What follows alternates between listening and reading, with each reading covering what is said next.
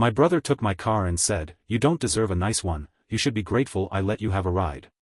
I was furious until the dealership called and said, "Actually, you might want to check the title." When he saw the name on it, his face went pale.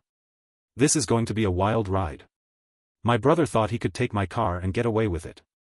He thought he could belittle me, act like I owed him something, and that I'd just sit back and take it. But life has a funny way of humbling people, and oh, did he get humbled. Let me back up a bit. I'm the younger sibling, always have been, always will be. My brother, Nick, is 2 years older than me and has spent our entire lives making sure I never forget it. Growing up, he was the golden child, the one my parents doted on. He got the newest gadgets, the best birthday parties, the first pick of everything. Meanwhile, I got the leftovers. Now, I'm not saying I had a bad childhood, but it was clear that in my parents' eyes, Nick could do no wrong. He played sports, got decent grades, and had a way of making people like him, when he wanted to. But behind closed doors, he was entitled, selfish, and a total nightmare to deal with. If something wasn't his way, he'd make life hell for everyone around him until it was. Fast forward to adulthood, and not much had changed. Nick still acted like the world owed him everything, except now, instead of our parents catering to him, he expected me to. The final straw came when I bought my dream car, a sleek, deep blue 2022 Audi S5. Now, let me be clear, I worked my ass off for that car. I spent years saving, budgeting, and being smart with my money. I took extra shifts, said no to vacations, and drove a beat-up old Honda Civic longer than I should have just to make this happen. It wasn't just a car to me. It was proof that I had done something for myself, without handouts, without anyone else's help. Nick, of course, didn't see it that way. The moment he laid eyes on my car, he scoffed. "You?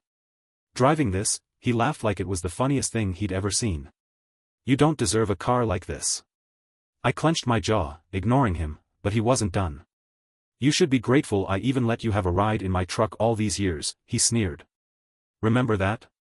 Maybe I should take this for a spin, teach you how to handle a real car." I rolled my eyes. "Nick, you have a 2010 Chevy Silverado that barely runs." "Still better than anything you've ever driven," he shot back.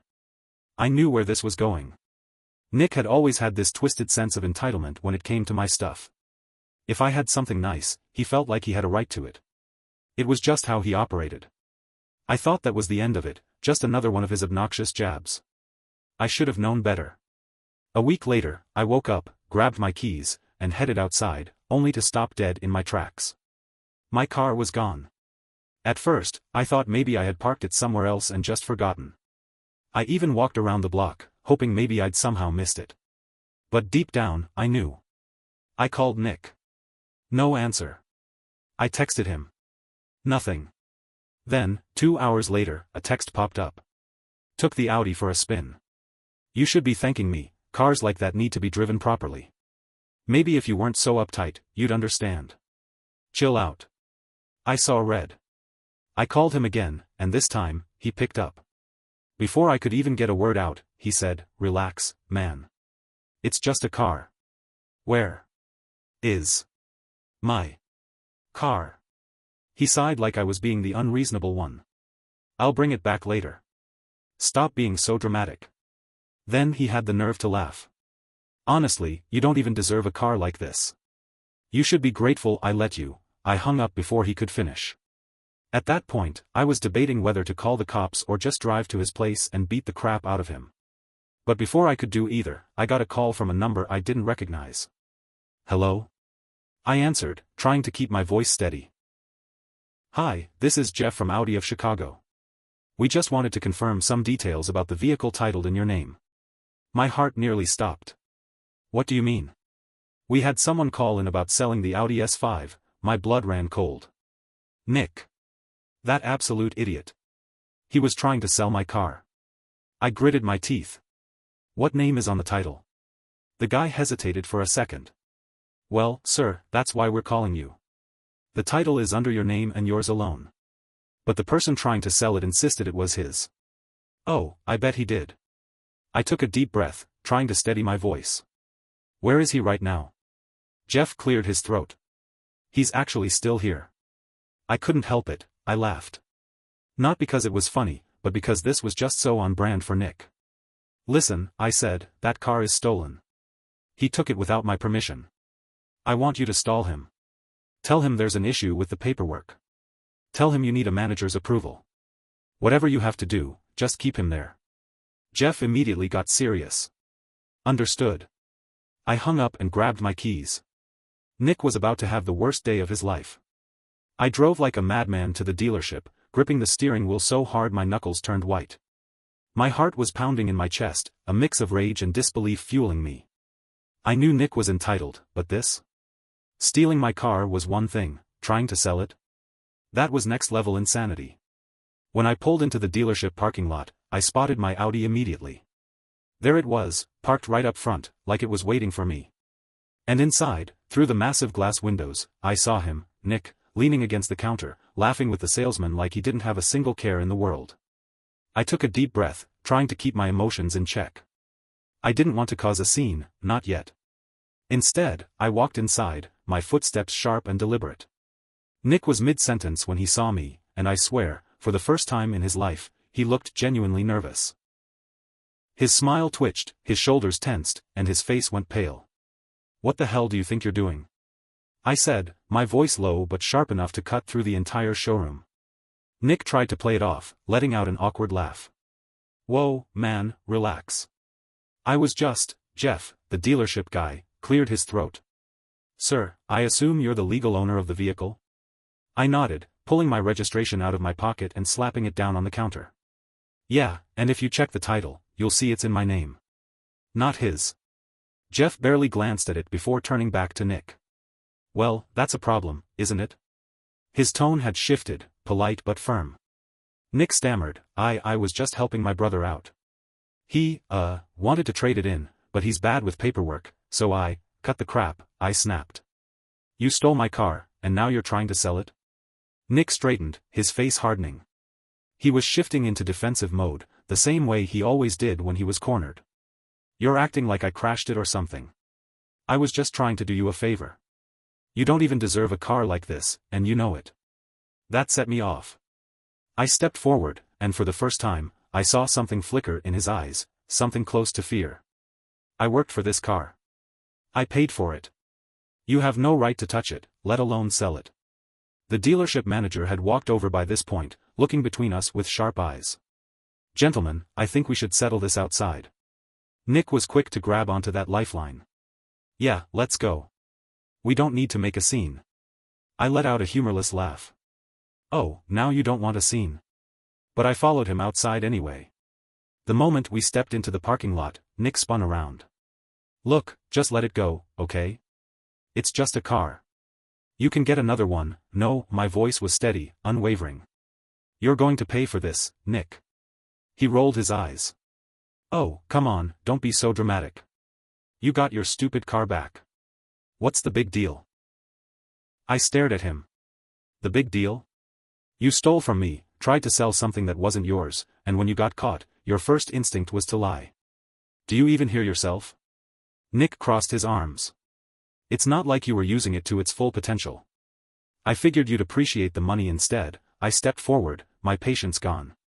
"Say one more word, and I'm calling the cops." That shut him up real quick. His jaw clenched, his eyes darting around as if looking for a way out. Finally, he let out a frustrated huff. "Fine. Whatever. Keep your stupid car." He turned on his heel and stomped off, muttering under his breath. But as I watched him go, a thought hit me. This wasn't over. Not by a long shot. Nick had spent his whole life taking from me, walking all over me, and expecting me to just accept it. Not this time. He thought I'd let it go. He had no idea what was coming. I let Nick walk away. I didn't call the cops, not yet. I had a better plan. Something he wouldn't see coming. Nick had always gotten away with everything because our parents bailed him out every time he screwed up. Every mistake, every bad decision, every reckless move, someone else cleaned up after him. Not this time. I pulled out my phone and called someone who would make him regret messing with me. A few days later Nick must have thought I was over it because he started acting like nothing happened. My parents, who, of course, had already heard his version of the story, called me, telling me I was overreacting and that Nick didn't really mean to steal my car. "Maybe you should forgive him," my mom said. "You know how he is. Oh, I knew exactly how he was. But I played along. I didn't argue, didn't fight back. I just said, yeah, maybe you're right. And I waited. Then, 3 days later, Nick showed up at my door, grinning like he hadn't tried to sell my car a few days earlier. Hey, man, he said, acting all casual. Wanna grab a beer? I almost laughed in his face. But instead, I smiled. Sure. Let's take my car. His smirk faltered for a second. He probably thought I was holding a grudge. He had no idea what was coming. The setup: instead of heading to a bar, I drove to a place that Nick hated, a small law office downtown. What are we doing here? He asked, frowning as we pulled into the parking lot. I put the car in park and turned to him. Oh, just a little paperwork. His eyes narrowed. Paperwork for what? I reached into my glove compartment and pulled out a thick stack of documents. Remember how you tried to sell my car? Well, the dealership kept the security footage. And since the car is legally mine, what you did counts as attempted fraud. Grand theft, actually. Nick paled. Dude, come on, I kept going. And since I wasn't in the mood to let that slide, I talked to a lawyer. Turns out, I have a case. A solid one. Nick shifted in his seat, his usual cocky demeanor slipping. Okay, look, I was being a jerk, but you're really gonna sue your own brother? I let out a breathy laugh. Oh, no. I'm pressing charges. His face went completely white. The twist he didn't expect. Nick started stammering, reaching for any excuse. Come on, man. We're family. You wouldn't do that. I tilted my head. Oh, I would. But here's the thing, I'm giving you a choice. I slid a different set of papers toward him. What's this? He asked, his voice unsteady. Debt papers, I said. You owe me, Nick. Not just for this stunt, but for all the times you've screwed me over. I talked to a lawyer, and with all the damages, lost time, and legal fees? We calculated it. You're going to pay me back $25,000. Nick's eyes went wide. I don't have that kind of money. Then I guess I'll see you in court, I said, leaning back in my seat. Silence. Nick swallowed hard, staring at the papers like they were a death sentence. He knew what would happen if I took this to court. He knew I had enough evidence to ruin him. Sign them, I said. Or I press charges. His hands were shaking as he grabbed the pen. And just like that, Nick, who had spent his whole life taking from me, finally had to pay up. But the best part? I wasn't done yet. He had no idea what else was coming. Nick signed the papers. He looked sick as he did it, but he knew he had no choice. I made sure the agreement was ironclad. He had 6 months to start paying me back, or I'd take legal action. I even had my lawyer witness the signing to make sure he couldn't weasel out of it later. But that wasn't the end. See, Nick had always been reckless with money. He had debts all over, credit cards maxed out, unpaid loans, and a terrible habit of gambling on sports. I knew he wouldn't be able to come up with $25,000 that easily. And that's when I put my real plan into motion. The second hit: Nick had a job, but he wasn't exactly making big money. He worked at a local car repair shop, a decent gig, but not enough to cover his debts and the money he now owed me. So, I made a few calls. I contacted his boss, an older guy named Ray, who had always liked me more than Nick. I told Ray exactly what Nick had tried to do, stealing my car, attempting to sell it, and the legal mess I had on him. Ray was not happy. Damn idiot, he muttered. I always had a feeling he was up to no good. A few days later, Nick called me, furious. You got me fired, he shouted over the phone. I smirked. Oh. Actions have consequences? He stammered. You're ruining my life. I laughed. No, you did that. I just stopped cleaning up your messes. I hung up, feeling the best I had in years. The final nail in the coffin: Nick was now unemployed, in debt, and out of options. But I wasn't done. See, our parents always bailed him out. So I made sure they wouldn't this time. I sat them down and laid out everything, all the crap Nick had pulled, how he tried to steal from me, how he was drowning in debt, and how I had finally made him face the consequences. For the first time in my entire life, my parents actually listened. They were horrified. Not just at what he did, but at how they had enabled him for years. So when Nick came crawling to them, begging for money, they told him no. The aftermath: Nick tried to fight it, of course. He threw a tantrum, screamed about how I had turned everyone against him. But it didn't work this time. He had to move out of his apartment when he couldn't pay rent. He had to sell his old Chevy Silverado just to make a dent in his debts. And me? I kept my car. I drove past him one day while he was walking, because, oh yeah, his truck got repossessed when he couldn't keep up with the payments. He shot me the dirtiest look I had ever seen. I just rolled down my window, smiled, and said, "You should be grateful I let you have a ride all those years." Then I drove off. He never messed with me again.